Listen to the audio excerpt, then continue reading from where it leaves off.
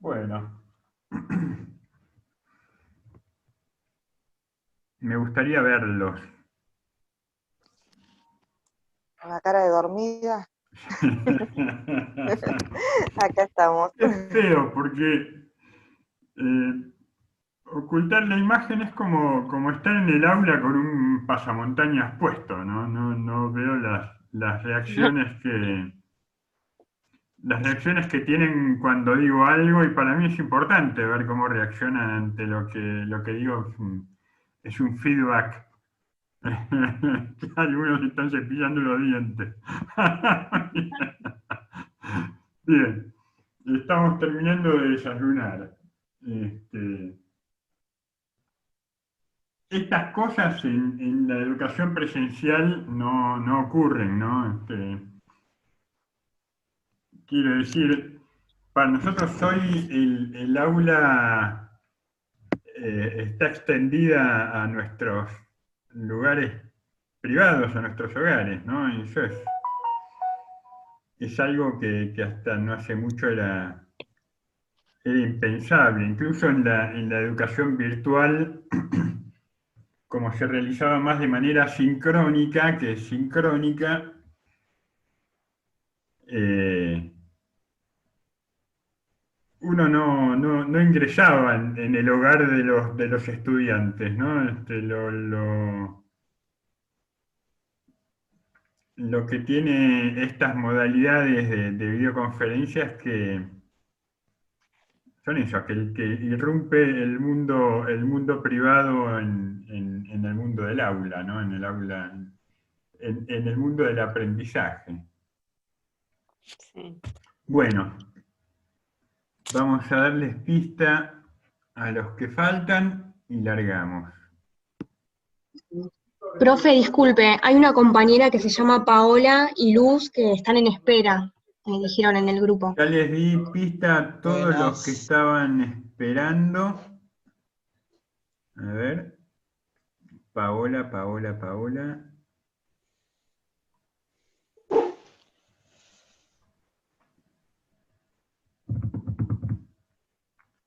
Decile si se puede loguear otra vez porque no tengo a ninguna Paola. Ahí les digo, a ver.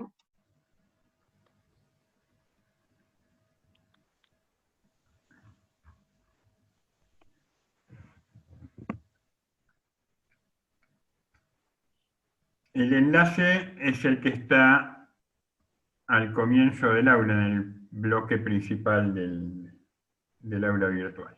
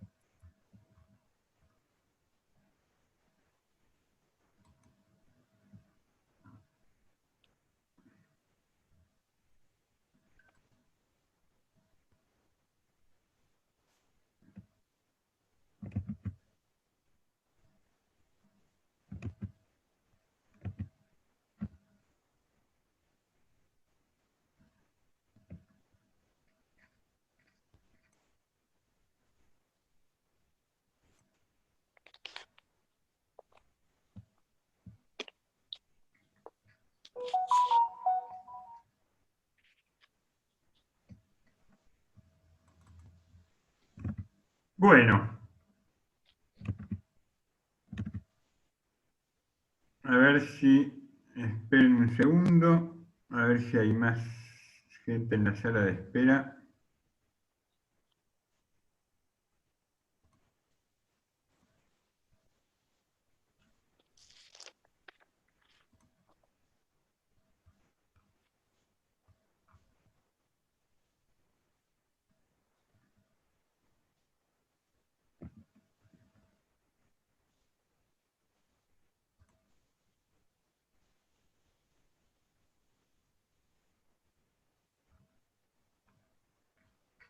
Bueno, si ven a alguien que está pidiendo pista, me avisan, porque voy a compartir la pantalla.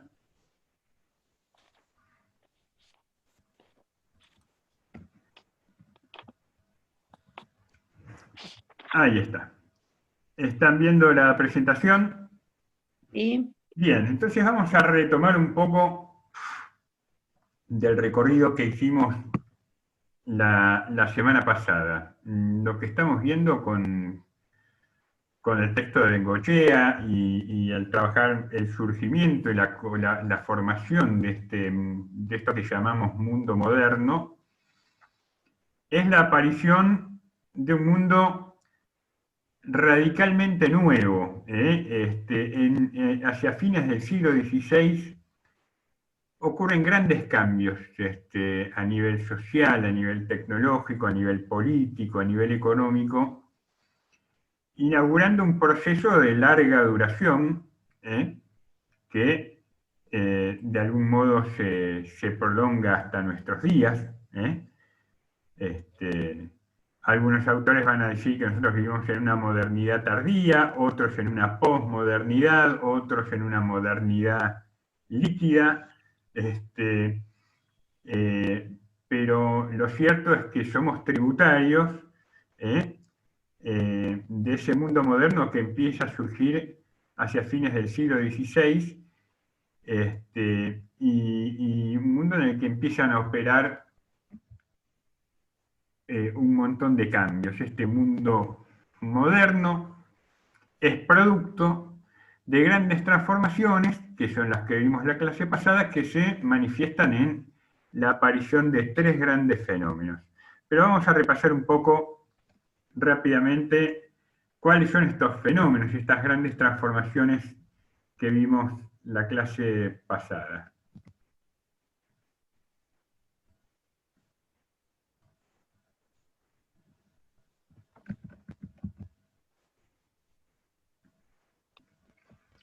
Habíamos hablado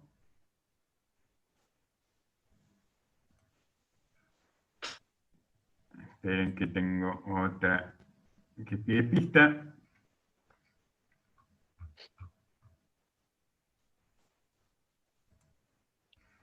La Reforma Protestante de Martín Lutero, recuerdan, Lutero, un sacerdote alemán, se rebela contra la autoridad del Papa, se rebela contra la corrupción que existía en la Iglesia en ese momento, se rebela contra el propio magisterio de la Iglesia y inaugura una época, inaugura un movimiento que se llaman genéricamente las iglesias protestantes o las iglesias reformistas o reformadas, que se van a separar de la autoridad de Roma, de la autoridad del Vaticano, y van a introducir algunos cambios muy importantes, ¿no? Lo central, o uno de los aspectos centrales, es un nuevo rol del individuo respecto de la religión.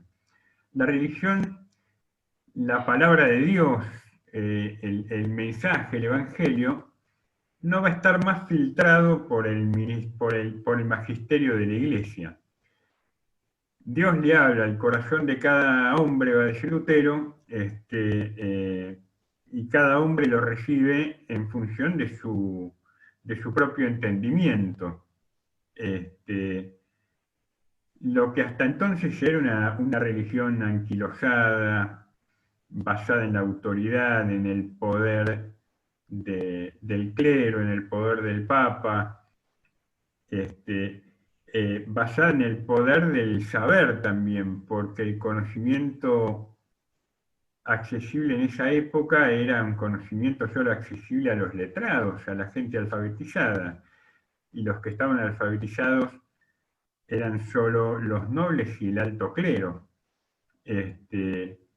Lutero, al sostener que cada individuo se salva por la fe y que esa fe se cultiva mediante la lectura de la Biblia, lo primero que hace es traducir la versión de la Vulgata de la Biblia que estaba escrita en latín, la traduce al alemán y la publica. Es el primer libro que se publica mediante un nuevo dispositivo que también va a revolucionar el mundo y la cultura, que es la imprenta. Lutero era amigo de Gutenberg. Gutenberg, el primer libro que imprime es la traducción alemana de la Biblia que hace Martín Lutero. Y Martín Lutero también lo que comienza a fomentar esta nueva iglesia luterana son los procesos de alfabetización masivos, ¿no? De modo que no es menor la revolución que hace Lutero, sobre todo su tesis de la salvación por la fe, lleva también a que, como va a decir Max Weber en una obra señera, que es La ética protestante del espíritu del capitalismo,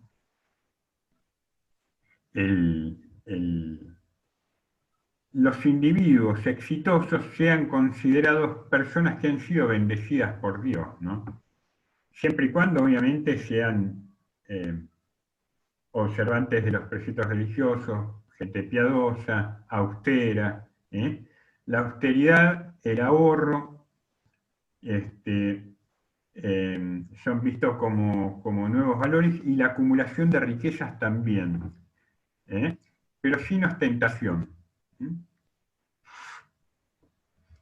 Esta es lo que llama Max Weber la ética protestante, que contribuye al surgimiento de lo que él llama el espíritu capitalista. Bien.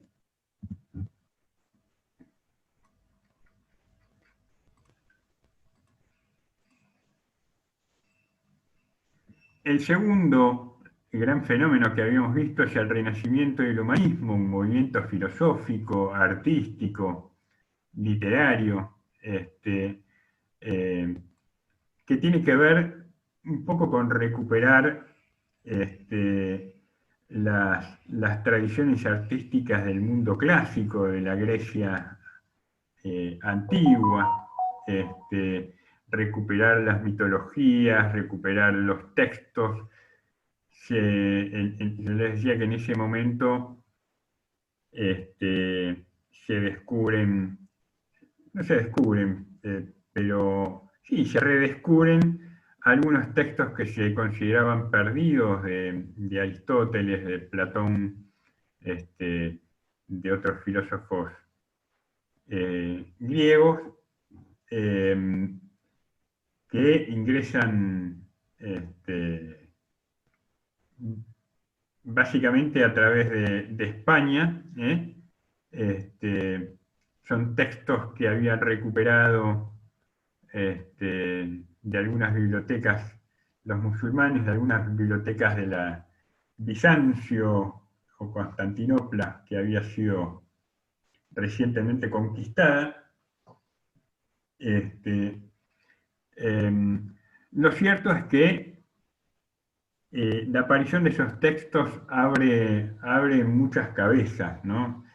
Si vieron el capítulo 1 de Cosmos, si vieron la historia de Giordano Bruno tiene como una revelación, ¿no? Tiene como al leer, sobre todo al leer un par de textos que estaban prohibidos. Estos textos prohibidos no estaban prohibidos por cualquier motivo, sino porque eran textos que ponían en cuestión ciertos dogmas en los que se sustentaba el poder de la Iglesia. Entonces, con el espíritu de Giordano Bruno, de alguna manera es el espíritu también del humanismo y del Renacimiento. Ese espíritu transgresor de ir más allá de los límites impuestos, de animarse a pensar y a imaginar otros mundos posibles, pensar que el mundo no es como te lo cuentan, Este, eh, porque si no hubiera habido gente como Giordano Bruno, todavía estaríamos pensando probablemente que la Tierra es plana, ¿no? O creyendo en el pensamiento mágico o en ciertos tipos de fantasías mitológicas. Y el Renacimiento y el humanismo también ponen al hombre en el centro de la escena, como centro de la creación, pero también como sujeto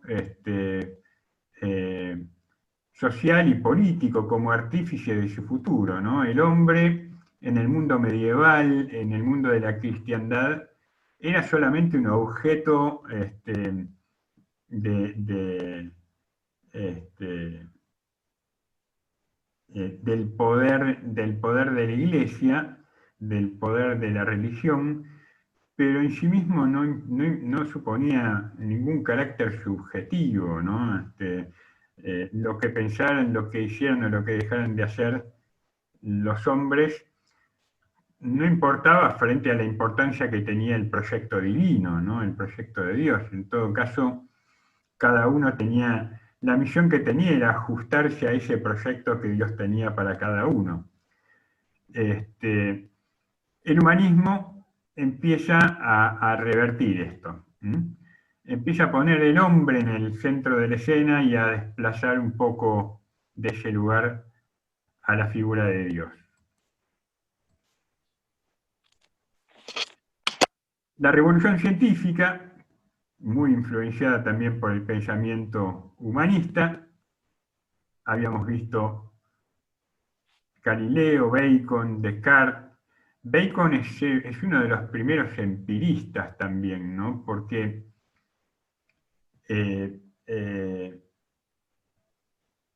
Descartes, René Descartes, si bien es un racionalista, lo que podríamos considerar un racionalista puro, ¿no? Descartes dice incluso que hasta los propios sentidos pueden engañarnos. No tenemos evidencia de que aquello que vemos no sea una ilusión óptica o un efecto de la imaginación y que tenga existencia real. Lo mismo aquellos que perciben nuestros sentidos, ¿no? Pueden ser resultado de un engaño. Pero de lo que sí podemos estar seguros es de nosotros mismos, es de que podemos pensar. Esa famosa frase, pienso, luego existo, que se le atribuye a Descartes, tiene que ver con esto, ¿no? De lo único que podemos estar seguros es de que pensamos y a partir de ahí, a través del pensamiento es que podemos descubrir el mundo, a partir de la razón. Bacon va a dar una vuelta de tuerca, ¿no? al racionalismo de Descartes, al proponer la necesidad de contrastar, de verificar, de validar los datos mediante la experimentación, mediante la observación, mediante la clasificación. Es lo que se llama un empirista. Borrelli, Boyle, Newton son los grandes científicos. Newton es el que formula la primer gran teoría física de la modernidad, ¿no? La teoría de la gravedad, la atracción de los cuerpos, lo que permite además a científicos como Galileo, incluso como Copérnico, es poder pensar el universo de una manera diferente, poder pensar la relación que hay entre los cuerpos celestes, la ley de la gravedad, pensar y calcular las órbitas de los planetas, pensar y calcular la atracción que ejerce la Luna sobre la Tierra y los efectos en las mareas para los navegantes, por ejemplo. La revolución que implica las ideas de Copérnico, como las ideas de Newton, expanden los límites de lo que era el mundo conocido y el mundo del conocimiento a lugares que nunca en la historia de la humanidad se había llegado. ¿Mm?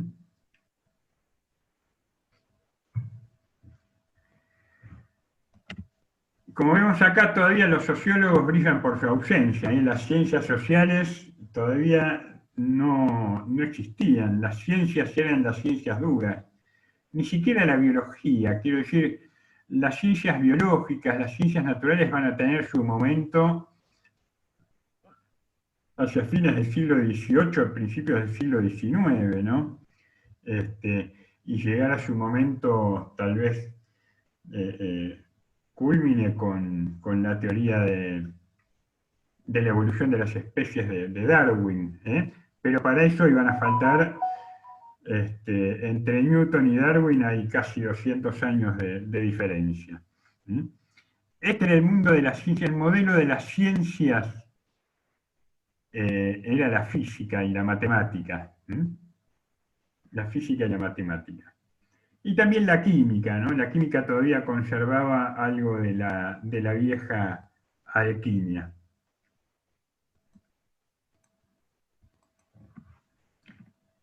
La Revolución Francesa, que decíamos, básicamente lo que había hecho fue producir un terremoto político sobre un movimiento casi imperceptible que ya llevaba casi 3 siglos, que era el desarrollo subterráneo del capitalismo, ¿no? Las revoluciones son acontecimientos que suceden de una manera abrupta y muy violenta, digamos, ¿no? Que cambian profundamente las cosas, pero son el resultado de fuerzas también que no siempre se ven. Yo les decía la vez pasada la analogía con los terremotos, ¿no? Nos damos cuenta cuando hay un temblor, pero no percibimos que previo a ese temblor, durante muchos años, durante mucho tiempo, las placas tectónicas vienen acumulando una presión que en un momento se hace insostenible. Y eso es lo que pasó con la Revolución Francesa. Una clase social que venía gestándose, la burguesía, desde hacía por lo menos 300 años, ya era la clase económicamente dominante. Lo que va a reclamar justamente ahora es la emancipación política como clase social. Es lograr el poder político, reclamar el poder político, y esto es lo que Profe, se corta sucedió con la bastante. Revolución Francesa.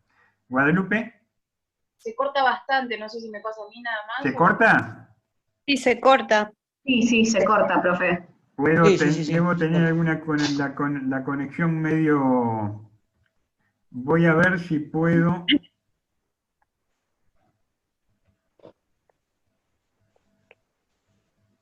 A ver.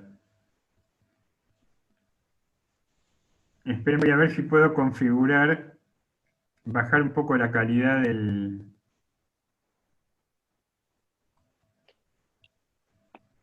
la imagen. A ver si aprovecho mejor el ancho de banda.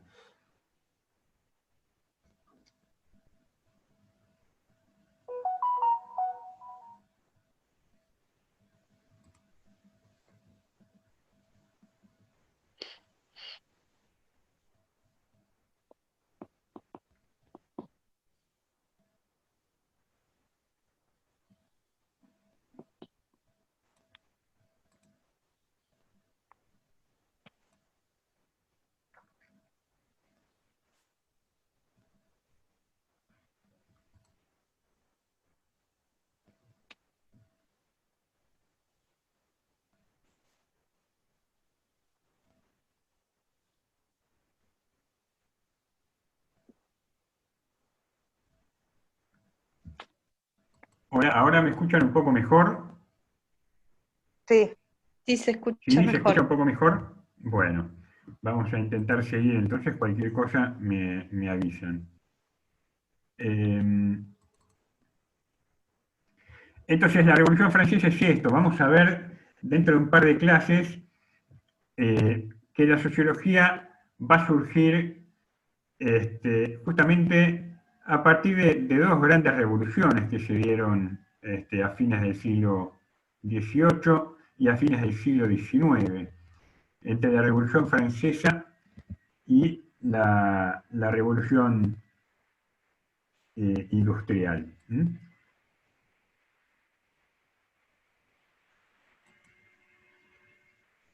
La Revolución Industrial es el resultado, en 10 minutos se va a cortar, es el resultado del desarrollo del capitalismo, un capitalismo que había nacido eh,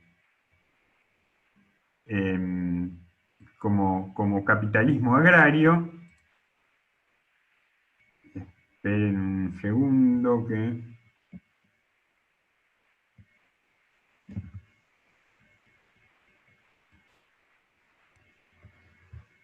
que había nacido como capitalismo agrario, pero que rápidamente se había extendido a partir de lo que Marx llamaba el proceso de acumulación originaria, que suponía la expulsión de los campesinos de sus tierras, la proletarización de esas masas de campesinos que, como se ven despojados de sus medios de producción, ya sea por deudas, ya sea por métodos violentos, por conquista, por expropiación, se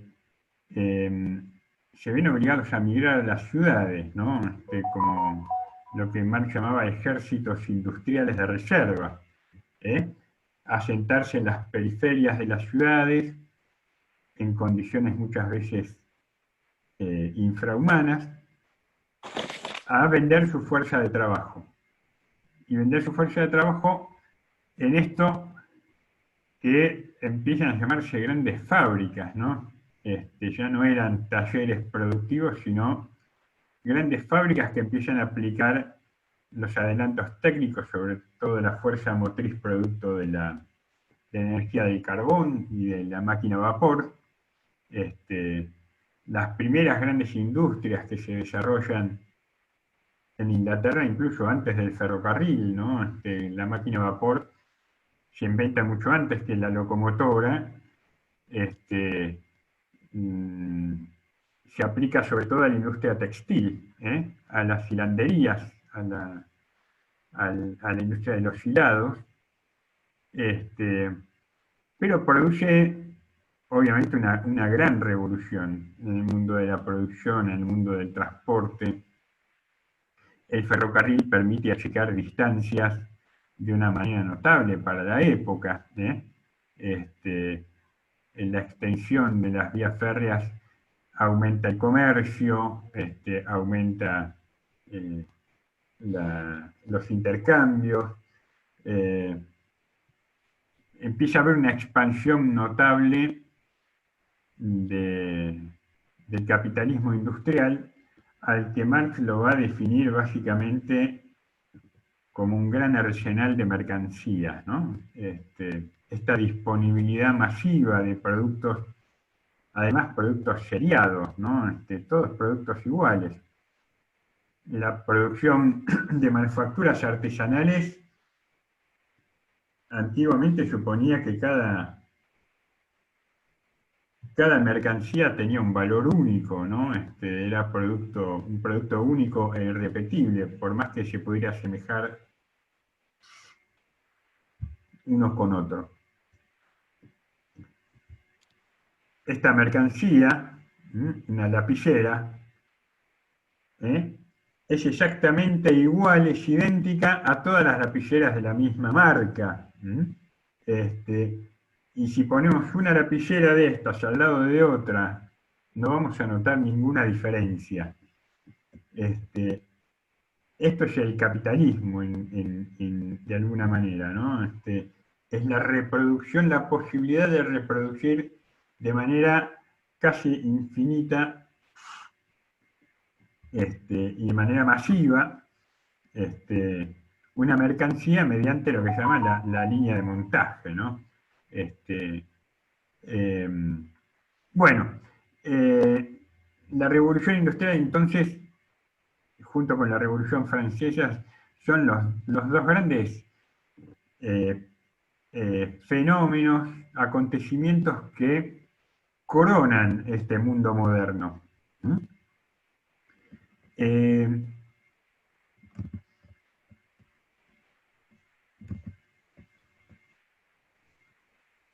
Yo les voy a mostrar ahora, si puedo,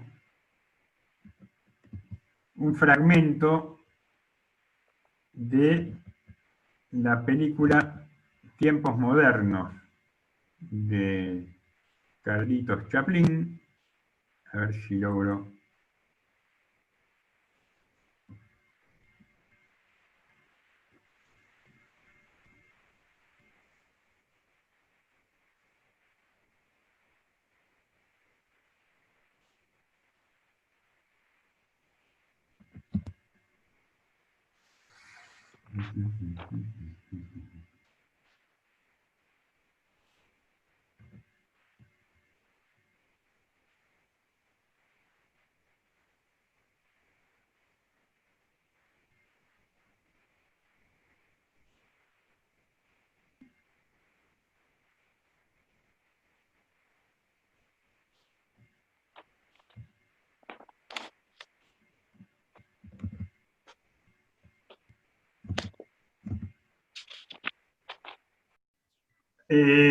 Podríamos ver toda la película, la verdad que la película es un peliculón, uno piensa que esta película tiene 84 años y uno ve la calidad, obviamente que es una copia que está restaurada, pero la calidad con la que está hecha hasta el día de hoy asombra, como no deja de asombrar nunca la genialidad de Chaplin, que en todas sus películas, además de actuarlas, era el que hacía los guiones, era el que las dirigía, y la verdad que es una genialidad por donde uno la mire. Pregunta. Si yo les digo, ¿de qué trata? Les pregunto, ¿de qué trata la película? ¿Hasta dónde vieron? ¿Cuál es el tema de la película? Si me lo tienen que definir en 2 palabras, ¿qué me dirían? La explotación. ¿La qué? ¿Lucía? La explotación laboral. Explotación, bien, la explotación es una es uno de los temas, sí. ¿Qué otro? La mecanización, profe. Claro, lo que dijo ella justo. ¿Cómo? La mecanización, la Explotación, industria de las máquinas. Despersonalizar, Claro, la división del mecanización, trabajo. despersonalizar a las Profe. propias personas también, porque es como El que capitalismo. Perdón. ¿Qué más? Pensaba en la modernidad alienante, si fueran 2 palabras, La profe. alienación. Sí. Modernidad alienante, pensaba, pero bueno, Sí, más o menos. modernidad alienante. Tengan esa palabra alienación porque va a aparecer a lo largo de la materia varias veces. Sí, yo había notado también como alienación del trabajo, lo que causa el trabajo, la automatización. Exactamente. El personaje se termina brotando, ¿no? Tiene una especie de brote psicótico.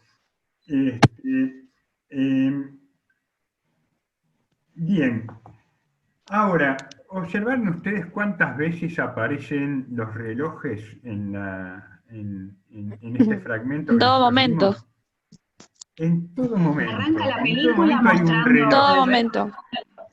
El tiempo es uno de los grandes temas, además de la explotación, la mecanización, la despersonalización del trabajo, la alienación, que es esta despersonalización también. El tiempo moderno, los tiempos modernos, la modernidad supone una nueva percepción del espacio y del tiempo, totalmente diferente a lo que se conocía antes, ¿no? Se supone que esta es una fábrica modelo de la segunda revolución industrial, ¿no? Ahora, la primera imagen de la película empieza con un reloj caminando. Y la segunda imagen La oveja empieza con negra. un rebaño de corderos yendo al matadero, ¿no? Y hace la analogía con los trabajadores saliendo del subterráneo e ingresando a la fábrica. Claro. Yo noté también la oveja negra ahí. Como rebaño. Claro, exactamente. Hay una oveja negra también, buen detalle. Claro, los trabajadores son un rebaño, ¿no? Que son conducidos, que van todos al mismo lugar, que la fábrica supone una organización típica o tipificada del espacio donde hay jerarquías, donde hay lugares bien delimitados en función de los roles y las funciones de esta división del trabajo social que veíamos con Durkheim y esta división social del trabajo también, porque vemos que hay jerarquías, vemos que el capitalista, ¿cómo aparece el capitalista?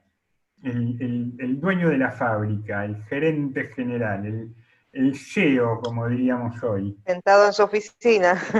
Controlando. Una autoridad controlando. Controlando, ocioso, ¿no? Primero está ocioso, está armando un rompecabezas, se pone a leer el diario, hasta come que se hace algo. Claro, come algo, toma una pastilla para los nervios, suponemos, porque que se la trae la secretaria.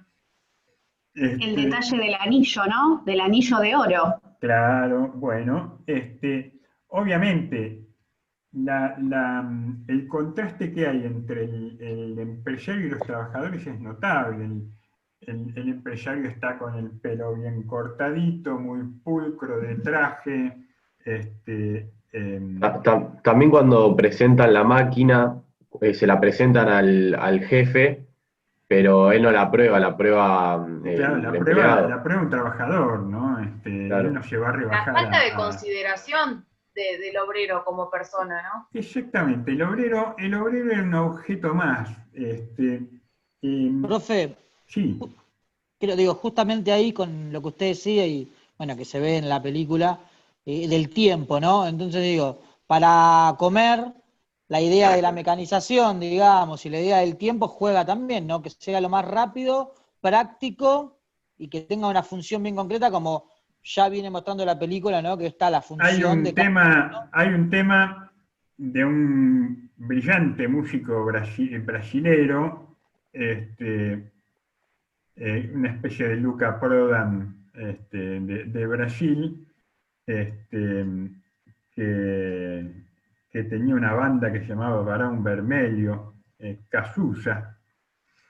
Cazuza murió joven también como Luca Prodan y se convirtió en un mito. Y tenía un tema que acá lo reversionó la Bersuit Vergarabat, que es El tiempo no para. El tiempo no para. En la fábrica el tiempo no para. El dicho del capitalismo, tiempo es dinero, time is money, en inglés, tiene que ver con esto. Por eso la presencia del tiempo constantemente en la fábrica. La línea de montaje no se puede detener. Además, también la división del trabajo, que tipo, es clara ahí, como para ganar tiempo cada uno se especializa en algo y no uno hace todo. Y está el rol del capataz, que es el que los tiene como, por así decir, cortitos, claro, con que hagan su trabajo y que sea lo más efectivo posible. Claro, está el liderazgo. Sí, se nota bien claramente la serialización del trabajo. Vemos cómo van apareciendo algunas cosas que ya son típicas del mundo moderno acá, ¿no? La explotación, el capitalismo, la autoridad, el tipo de autoridad. La película continúa después, porque ¿qué pasa con nuestro personaje? Nuestro personaje no encaja, no encaja dentro de los lugares seriados, un filósofo que se llamó Foucault, Charles Foucault, filósofo francés, habla, esta película obviamente se hizo mucho antes de que Foucault escribiera Vigilar y Castigar, ¿no? Pero El método la panóptico. configuración de los espacios de poder como panópticos, ¿no? Esta pantalla a través de la cual el dueño de la empresa vigila y a los trabajadores además en todo tiempo se sienten controlados, si no es por el dueño de la empresa, es por el capataz, pero siempre tienen los ojos clavados en la nuca, incluso cuando no los están mirando, el patrón puede ver sin ser visto, aparece de manera ocasional, pero en general lo que logran con eso es que el trabajador tenga incorporado al patrón la autoridad adentro suyo, que todo el tiempo opere como si el patrón lo estuviera vigilando. Volviendo al tema del tiempo, vamos a ver que el tiempo es un elemento central en la modernidad, el tiempo y el espacio. En el espacio vemos cómo se van organizando los trabajadores en función del rol que ocupan en las cadenas de montaje, pero todos de una manera muy organizada, muy seriada, en función de, como decía recién una compañera, optimizar el uso del tiempo. Cuando veamos el pensamiento de Karl Marx en la segunda mitad de la materia, vamos a ver que Marx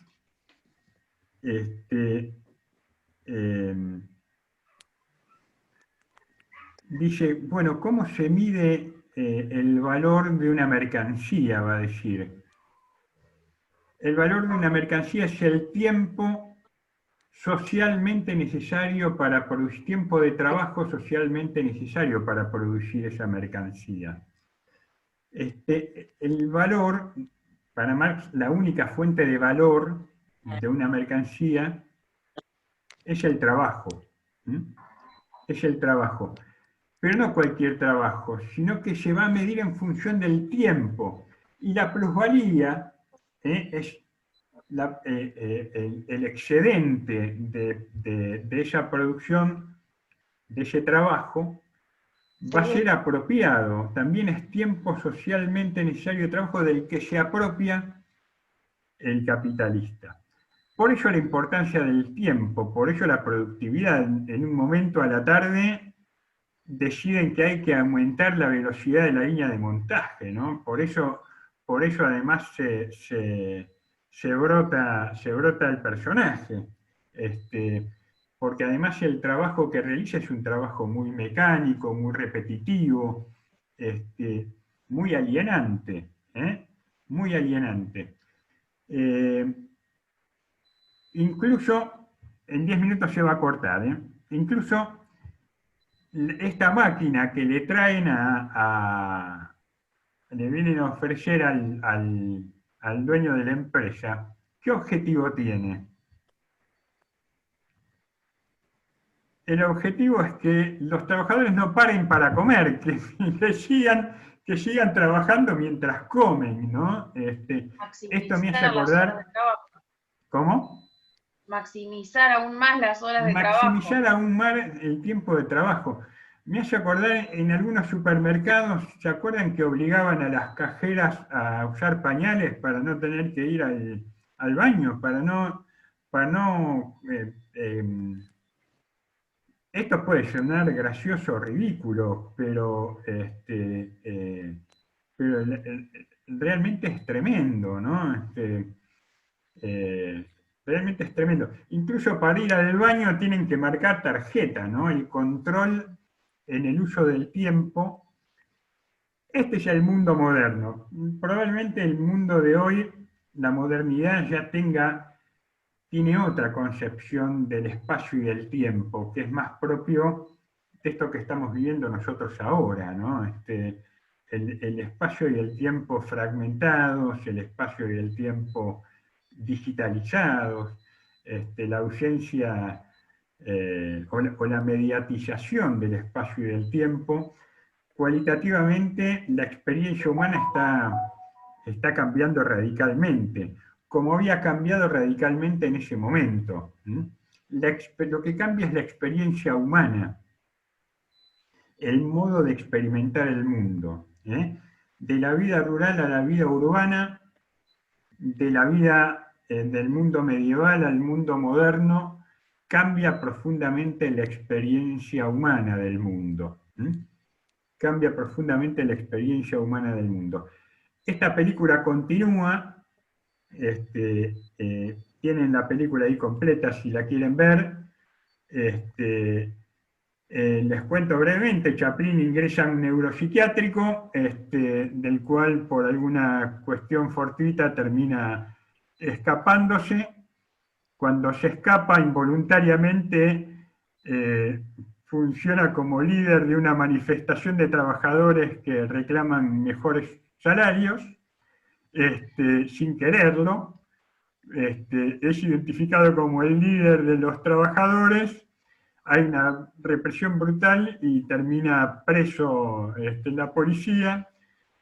Por otro hecho casi fortuito termina liberado, se enamora de una chica que conoce en la calle, una chica cuyo padre es un trabajador desempleado.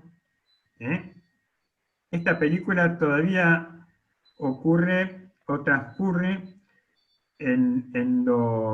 con la reverberancia de la gran crisis de 1930, ¿no? Una época de grandes niveles de desempleo, de pobreza, el padre de esta chica en esa represión lo termina matando la policía. Esta chica y sus dos hermanitas quedan huérfanas y a cargo de los servicios sociales del Estado, pero esta chica logra escaparse. Cuando la quieren detener por robar un pan, intercede ahí Carlitos Chaplin, ahí se conocen, se enamoran y deciden llevar una vida juntos de sueños, ¿no? Sueñan tener un hogar, sueñan con tener un trabajo.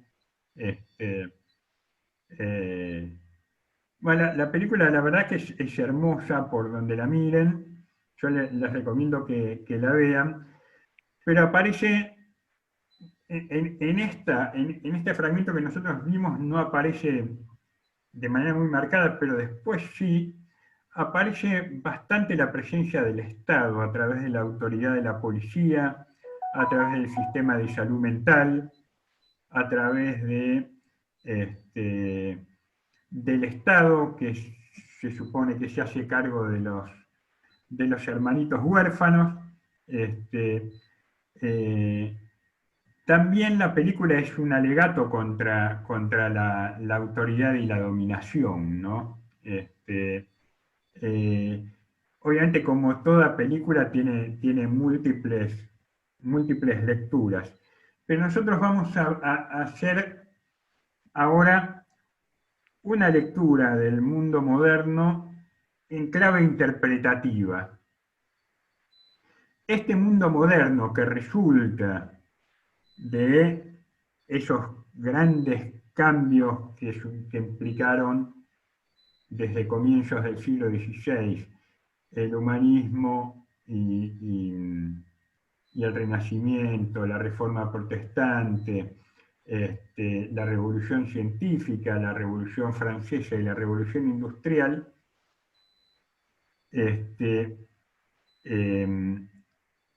tiene obviamente consecuencias, tiene cambios muy fuertes que en parte son los que da cuenta esta película.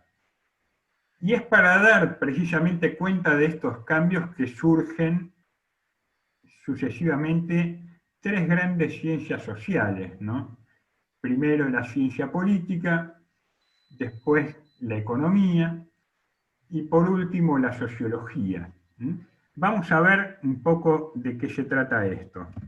Si me tienen paciencia voy a compartir la pantalla. Profe, tengo una pregunta. Pregunte.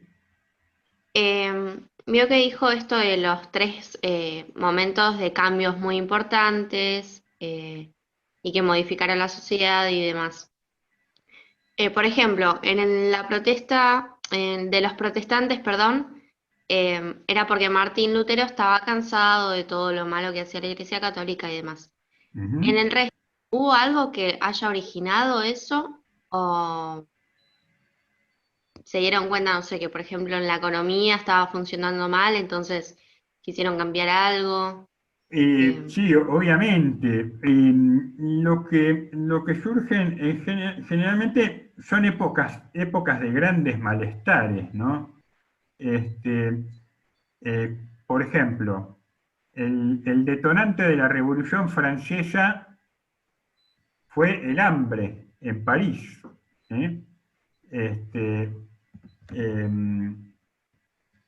Ahora, no podemos decir que la Revolución Francesa se produjo por el hambre. Quiero decir, hubo en París, en los años previos a la Revolución Francesa, 2 años de grandes sequías,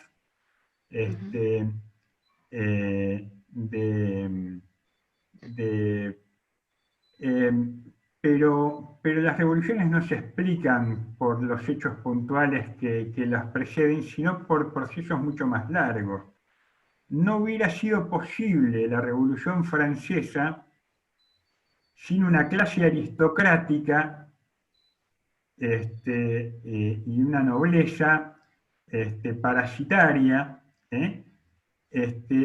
pero sin que se deslegitimara el modelo o el sistema de dominación previo. En algún momento empieza a aparecer como no natural, como decía el texto de Vincent Márquez, que los que gobiernen sean los aristócratas y los nobles, que no trabajan, que no aportan nada a la sociedad. En algún momento empiezan a ser vistos como vagos e inútiles, vividores. En algún momento hay alguien que los señala y dice: el rey está desnudo, como decía el cuento de Andersen. Eso no ocurre de un día para el otro. Es decir, lo que hace posible la Reforma Protestante, la Revolución Francesa, son procesos de mucho más largo aliento. Para que hubiera existido la Revolución Francesa, prácticamente 150 años antes, desde 150 años antes, existió el humanismo. Después del humanismo existió la filosofía de la Ilustración, y empezaron a surgir las ideas democráticas, los derechos humanos. Marx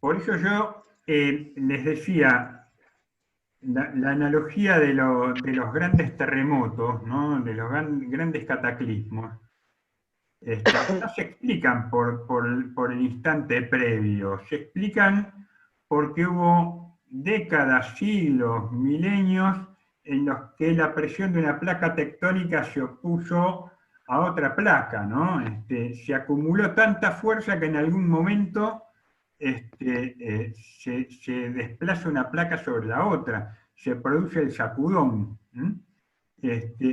En la historia pasa algo similar, algo análogo. Marx usaba la analogía del topo, ¿no? El topo en la superficie de la tierra, del campo, no se ve que hay topos, pero el topo por abajo va cavando, va avanzando, igual que el topo, las fuerzas sociales, las fuerzas productivas, va a decir Marx, siguen avanzando, siguen empujando la historia. En un momento se hizo insoportable el modo de dominación o de ejercer la dominación que tenía el Vaticano, que tenían las autoridades religiosas, que tenía el Papa. Se hizo insoportable que el modo de vida que llevaran fuera tan antievangélico. Se hizo insoportable además que sobrecargaran de impuestos y a los fieles. Se hizo insoportable la inmoralidad que suponía vender las indulgencias a los fieles, es decir, ponerle precio a la salvación. Llegó un momento en que se hizo insoportable, que habían surgido otras ideas que cuestionaban las ideas dominantes. Y probablemente porque ya en el momento de Lutero ya había madurado la ética protestante junto con los primeros burgueses, ¿no? Esta ideología, esta nueva clase que se va formando en los burgos de productores, de comerciantes, que en muchos casos empiezan a ilustrarse, a saber leer, empiezan a imaginar, como Giordano Bruno, que otro mundo es posible. Empiezan a imaginar que las cosas pueden no ser como siempre nos dijeron que eran. Claro, es como dice la frase, ¿no, profe? Como que pensar es un hecho revolucionario, es hasta que aparece quizás la oveja negra que no sigue la corriente y piensa diferente. Chaplin, el personaje de Chaplin, involuntariamente, es alguien que no se adapta. Es alguien que no se adapta, ¿no? Es alguien que de algún modo se revela. Los locos, los excéntricos son los que no cuajan dentro del orden seriado, Profe, en el cual cada uno tiene que ocupar su lugar. Por eso a los locos les dicen los desubicados, porque son los que no ocupan la ubicación que se espera que ocupen, ¿no? Sí, la compañera iPhone estaba diciendo algo. Sí, no, que hay apellido chicos que raro, están mandando... Están esperando que los aceptes y ya mandaron varios mensajes los chicos. Ahí voy. Que están preocupados. Ahí está, ahí lo estoy admitiendo. Bueno, entonces seguimos con esta presentación brevemente.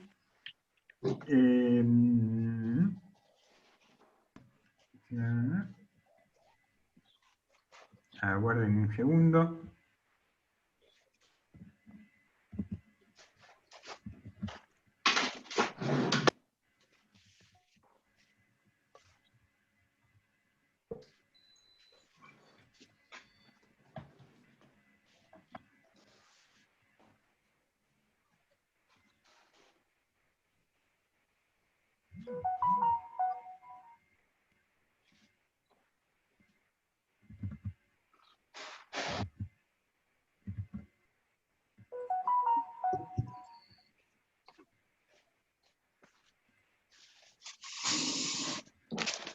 Ahí está.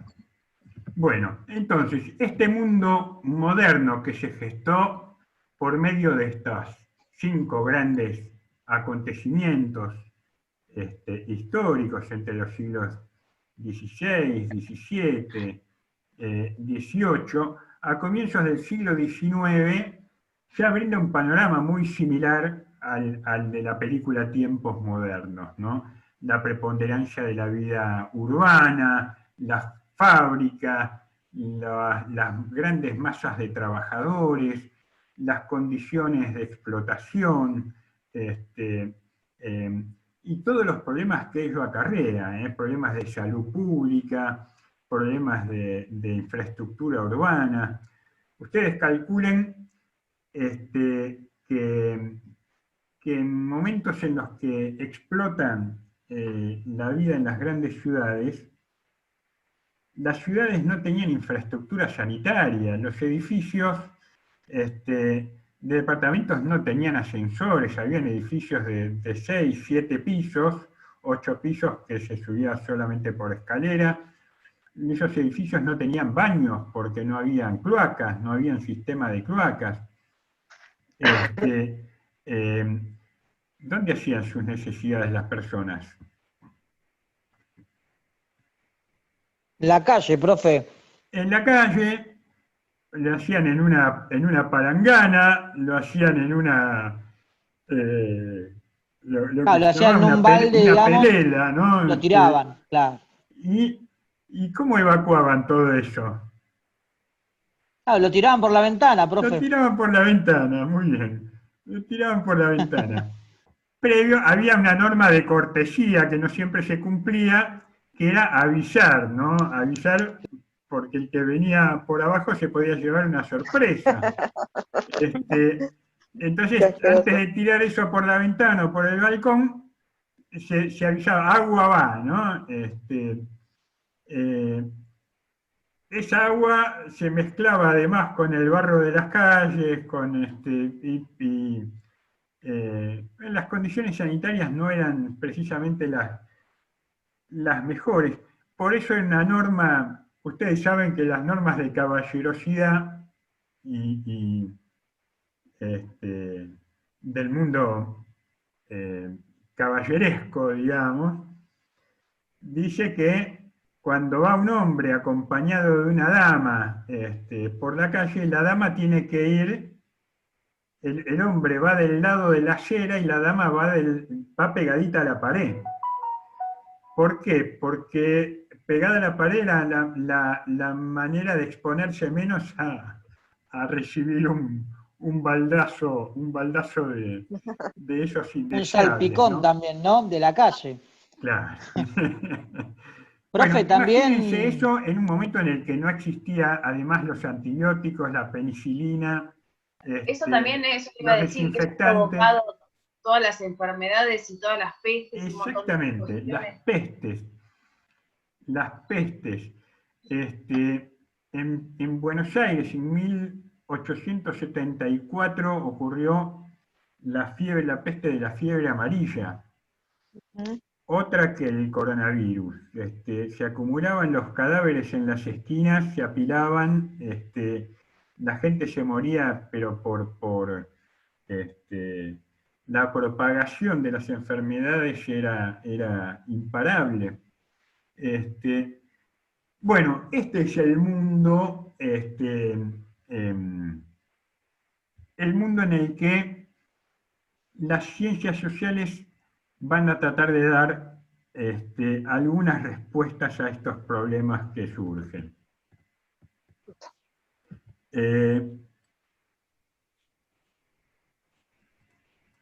Vamos a acelerar esto.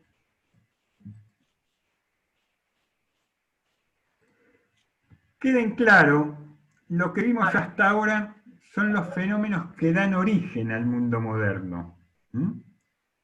Ahora vamos a ver sus consecuencias. 3 grandes consecuencias que tiene este mundo moderno. La primera es el surgimiento del Estado moderno. Los estados modernos comienzan a consolidarse a partir de la unificación de muchos poderes parciales, de muchos poderes particulares. Se van construyendo las monarquías absolutas en un proceso largo, no es que de un día para el otro sucede esto, pero uno de estos paradigmas de la construcción de un Estado moderno son estos que tenemos acá en esta imagen. ¿Quiénes suponen que son estos reyes? Pues los vemos ahí con corona. Los reyes católicos. Se supone que el que está ahí arrodillado frente a los reyes católicos es Cristóbal Colón. Este grabado representa a Fernando de Aragón e Isabel de Castilla.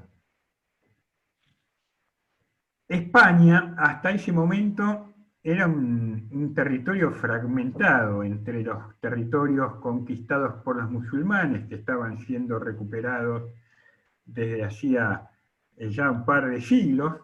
Los musulmanes ocuparon 800 años el territorio español, pero España era un mosaico de reinos, no existía España como tal, como lo podemos pensarla hoy, ¿no? Estaban los reinos de Navarra, de Castilla, de Aragón, de Valencia, de los Países Vascos, el reino de Cataluña, es decir, había una multitud de reinos, incluso de dialectos y de idiomas, ¿no? El español incluso todavía no existía como lo conocemos hoy. El castellano, porque el que termina imponiéndose es el idioma de Castilla. Pero en España se hablan un montón de otros dialectos. El gallego, el catalán, el vasco, y un montón de otros, el asturiano,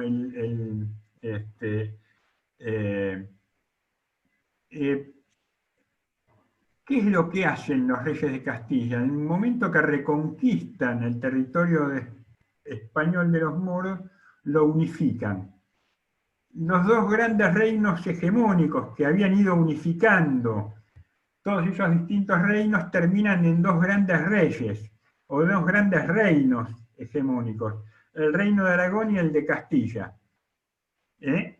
No es que Fernando de Aragón e Isabel se enamoran por casualidad y el modo de hacer política en ese momento era a través de los vínculos familiares, ¿no? Mantener los lazos de sangre era una manera de mantener la patrimonialización de los estados. Los estados eran patrimonio de las dinastías monárquicas.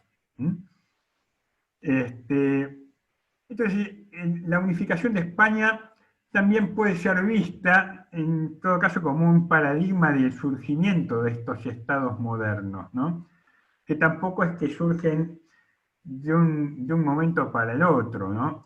El paradigma, tal vez, del monarca moderno es el absolutismo monárquico del siglo XVIII, ¿no? Como les decía la vez pasada, el rey Sol, Luis XIV, en Francia, que se le atribuye la famosa frase de decir, el Estado soy yo, ¿no? El Estado soy yo. Yo soy el dueño de Francia. El soberano es el dueño.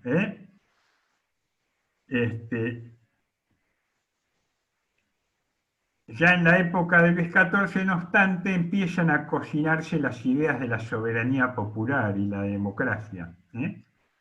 Pero buena parte del trabajo, el trabajo sucio, diríamos, de consolidación de los estados modernos, ya lo habían hecho para cuando viene la Revolución Democrática, el trabajo sucio ya lo habían hecho los monarcas absolutos.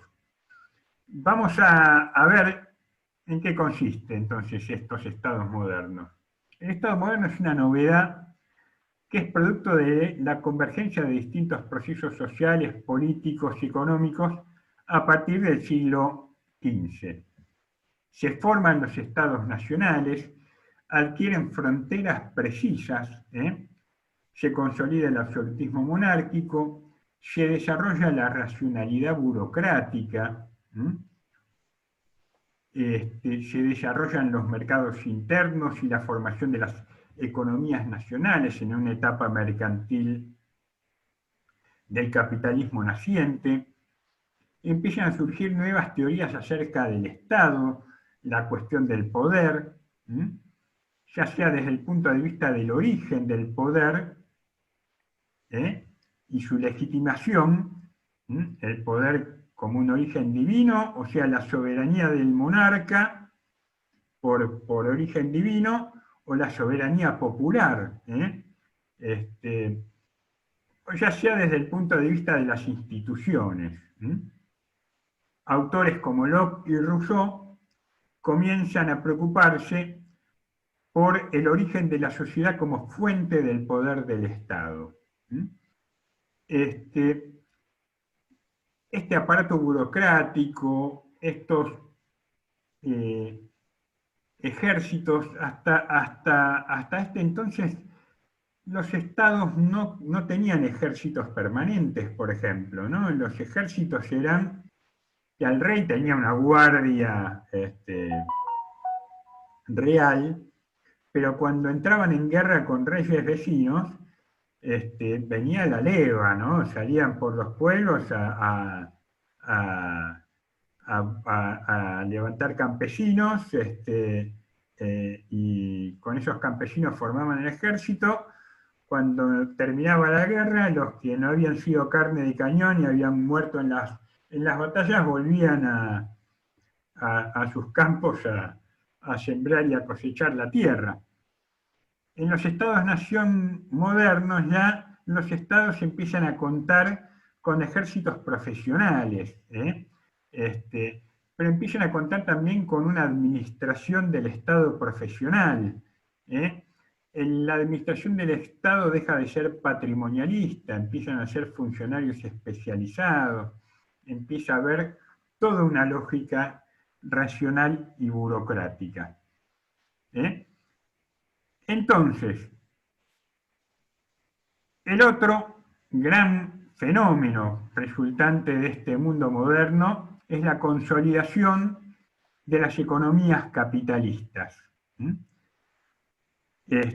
Acá vemos una ilustración clásica de una publicación del siglo XIX que da cuenta de la pirámide del sistema capitalista, ¿no? Donde en la base, sosteniendo al resto de las autoridades, están los trabajadores, la clase trabajadora, ¿no? Después está la burguesía, cómo aparece la burguesía dándose un festín en un banquete, disfrutando de las cosas lindas de la vida. Después aparece el poder de policía, el ejército, la policía, las fuerzas armadas. Después aparece el poder religioso, y después aparece el poder político. Y arriba de todo, en la cúspide, es el dinero. El dinero, el capital, es el que maneja el mundo.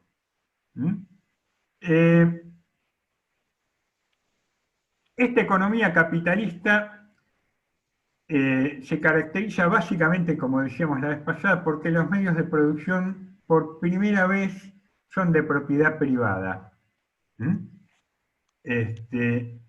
Ya prácticamente no existe la propiedad comunal.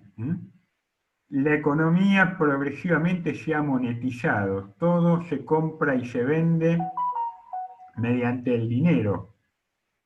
Las actividades económicas comienzan a decidirse en función de los precios, teniendo en vista las transacciones en el mercado. El inmenso arsenal de mercancías del que hablaba Marx. Los mercados se amplían, se especializan, hay una eficiencia en la producción que utiliza los métodos racionales de la planificación, el cálculo, y se diversifica también el consumo. Nunca antes, como con el capitalismo, los seres humanos pudieron diversificar sus opciones de consumo. También en paralelo a la revolución industrial opera una revolución agrícola, con la maquinización del campo, la producción de fertilizantes, los ciclos de siembra, la rotación de cultivos, permite un aumento de la productividad del trabajo, pero fenomenal, fenomenal. Y obviamente la revolución en los medios del transporte. El otro tercer fenómeno, la tercera consecuencia que aparece, lo vemos acá en una obra de Berni. Fíjense esos rostros que aparecen en esta pintura. Rostros de ¿qué son? ¿Qué personas son? Trabajadores. Son trabajadores. Es gente que está vestida como trabajadores, la piel curtida, morena, curtida por el sol, curtida por el trabajo, los signos de la fatiga. Fíjense las miradas que hay en esa pintura. Hay búsquedas de respuestas, hay reclamos, hay esperanza. Si vemos la mujer que está a la izquierda de la imagen, que es una mujer joven, tiene ojos como de una mirada como de esperanza. No todos tienen esa mirada. Y atrás podemos ver un cartel que se puede leer. ¿Qué es lo que dice ese cartel? No. Sí, Pan y trabajo. Pan y trabajo. Pan y trabajo. Los que terminen de ver la película de Chaplin van a ver que el pan y el trabajo terminan siendo dos grandes leitmotiv de esa película. El pan y el trabajo. Esos son los reclamos de la clase trabajadora. Aparece entonces, luego de las economías capitalistas, como segundo gran fenómeno de este mundo moderno, la cuestión social. Esta separación de los trabajadores respecto de los medios de producción o del capital respecto del trabajo divide la sociedad en dos grandes clases: los que poseen los medios de producción y los que solo pueden vender su fuerza de trabajo asalariada. Se producen grandes cambios sociales, se consolida por un lado el estilo de vida burgués, la familia patriarcal, la rigidez moral, la represión sexual como modelos para la vida pública, la ética victoriana propia, si hablamos de la reina Victoria, que reinó muchos años durante buena parte de la revolución industrial. Las masivas migraciones del campo a la ciudad, de trabajadores despojados de sus medios de producción, la concentración en fábricas, la explotación, el hacinamiento, la falta de servicios, las epidemias, la explotación infantil, la pobreza generalizada. Y al mismo tiempo, el surgimiento de las grandes revueltas, la aparición del socialismo, el sindicalismo y el anarquismo como expresiones cada vez más organizadas de estos reclamos de los trabajadores, ¿no? Entonces, este es el tercer fenómeno. La economía capitalista,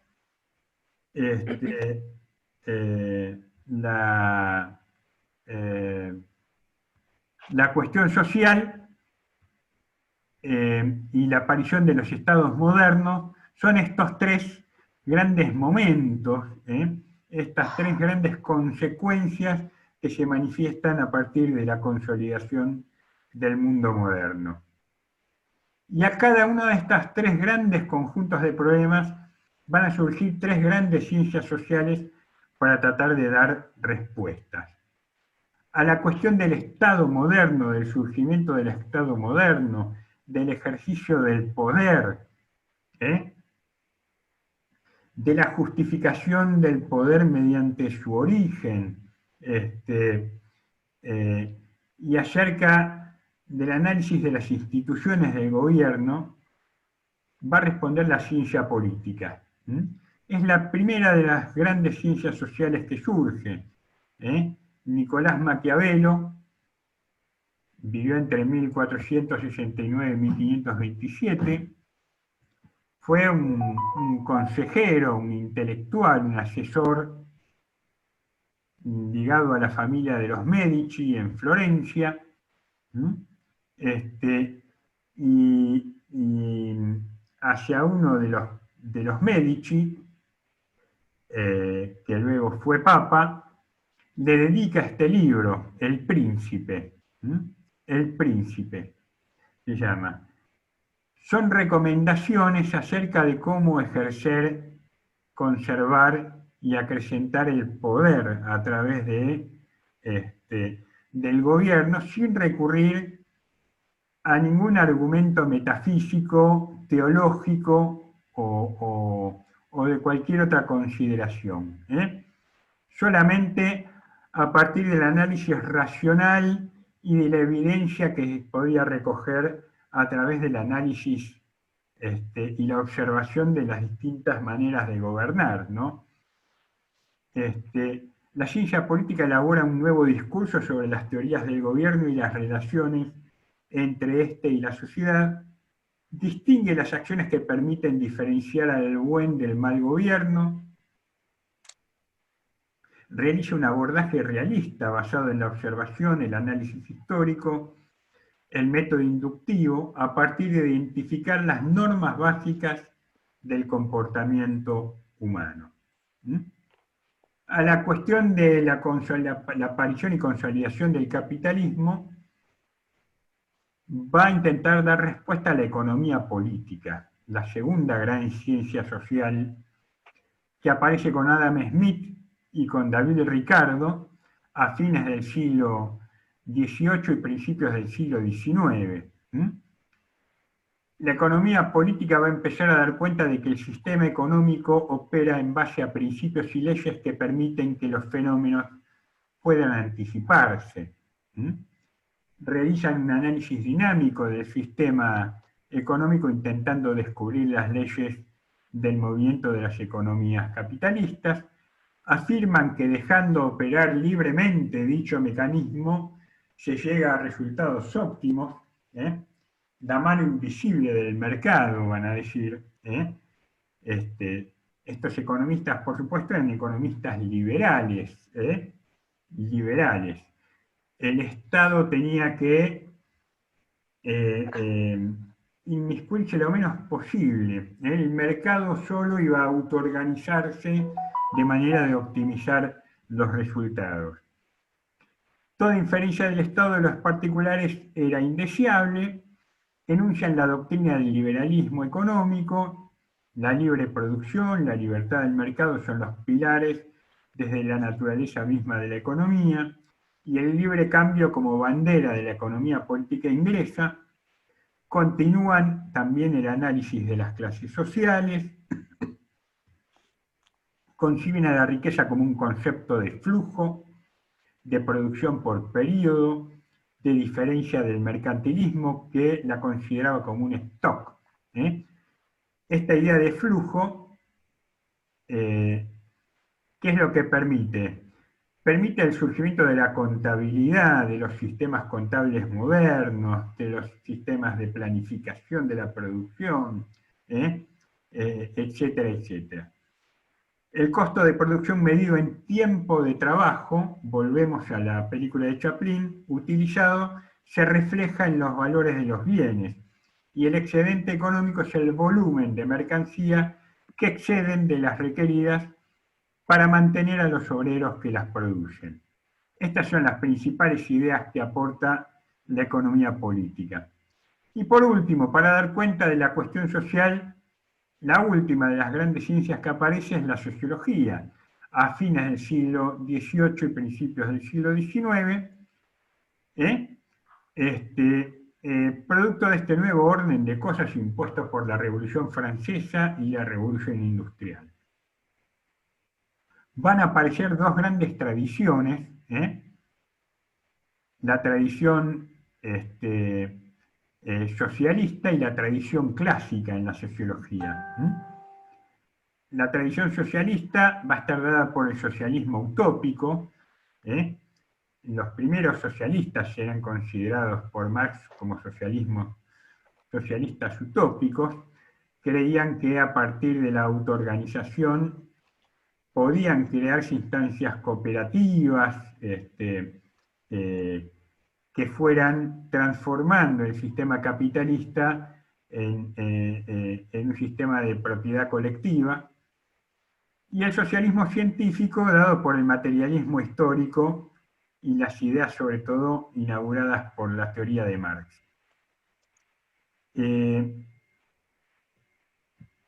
Esperen porque me fui de rango. Ah, no, me pareció otra cosa en pantalla. Ahí está. Y la tradición clásica, que va a estar dada por el positivismo, algo sobre el positivismo vamos a ver en la clase que viene, y el historicismo. El positivismo, básicamente a partir de las ideas de Saint-Simon, de Comte y sobre todo de Durkheim, el principal exponente del positivismo es Comte, que procura legitimar a la sociología como una ciencia positiva. Positiva tanto en el sentido político, es decir, como opuesta al negativismo, a las consecuencias negativas que había tenido la Revolución Francesa. En sentido positivo, en tanto pensamiento científico opuesto a la metafísica, y positivo en términos históricos, como expresión de la idea de un progreso indefinido de la humanidad.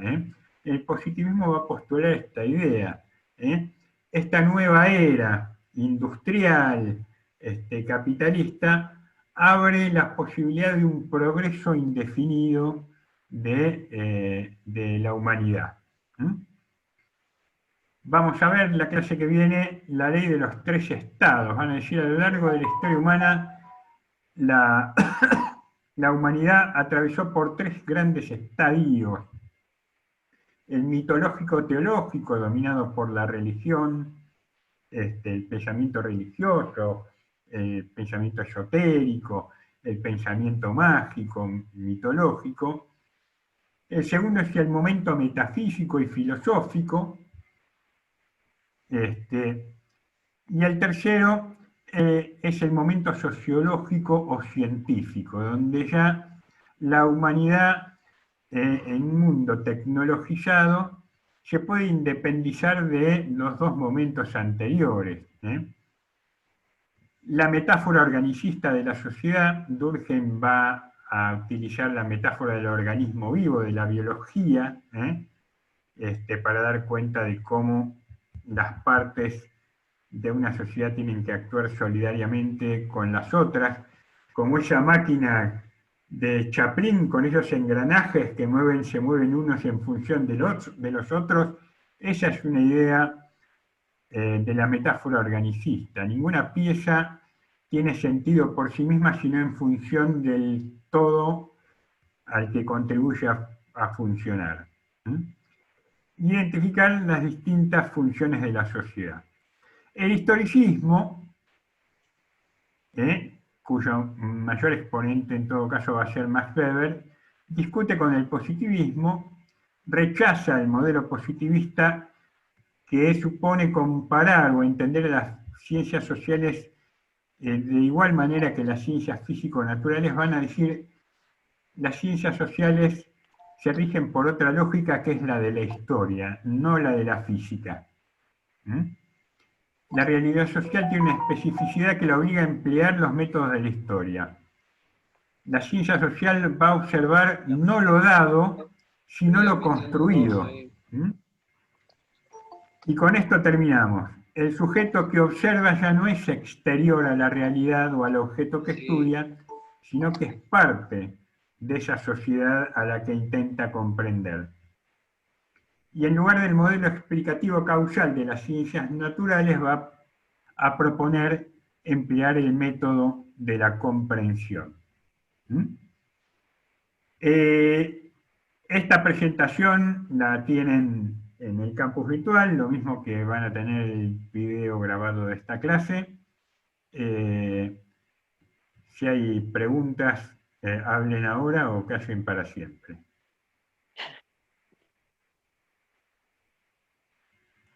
Si no hay preguntas, damos por concluida esta clase de hoy.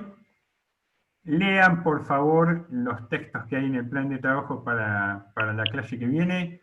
Si no me equivoco, es el texto de Zygmunt Bauman, ¿puede ser? Fíjense en el plan de trabajo y... Sí, profe, es el de Bauman. Ok, y lean el texto de Zygmunt Bauman que hay para leer. Nos estamos viendo la clase próxima. Bárbaro, profe. Hasta la próxima. Les mando un abrazo. Buen fin de semana. ¿Puede que haya dos Gracias, igualmente. textos para la clase que viene? Profe, Sí. ¿puede que haya dos textos para la clase que viene? Porque no en tengo el el plan código de trabajo acá conmigo. Fíjate que dice el plan de trabajo. ¿Lo tenéis ahí? No, sí, lo tengo acá, pero en el código de apuntes hay dos códigos. Aparece solo el texto de Bauman en la lectura, pero no sé. A ver, espérame un segundo que me fijo. No me cortes. No.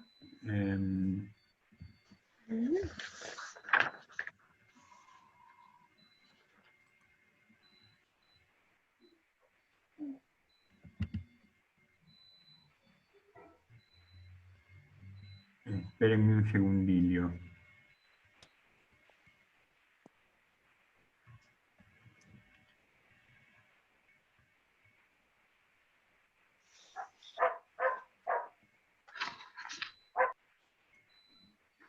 ¿Qué texto les dice? No, aparece el de Bauman, introducción, dice sociología para qué, Sí. pensando sociológicamente, Sí. pero en los códigos de apunte aparecen dos códigos, el 3000 y el 4031. Por eso le pregunto. A ver.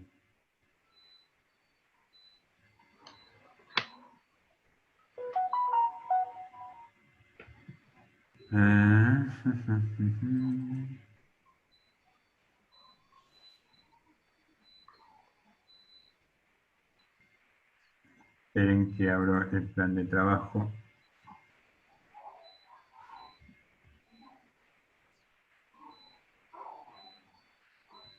Fíjense, yo ahora no recuerdo exactamente, pero es un texto solo, seguramente porque los pueden ubicar por los dos códigos. En realidad, estos códigos suponen que los solicita para su digitalización para una cátedra o para otra.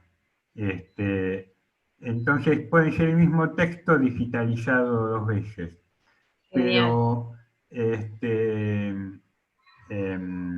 creo que cualquiera de las dos versiones es exactamente la misma.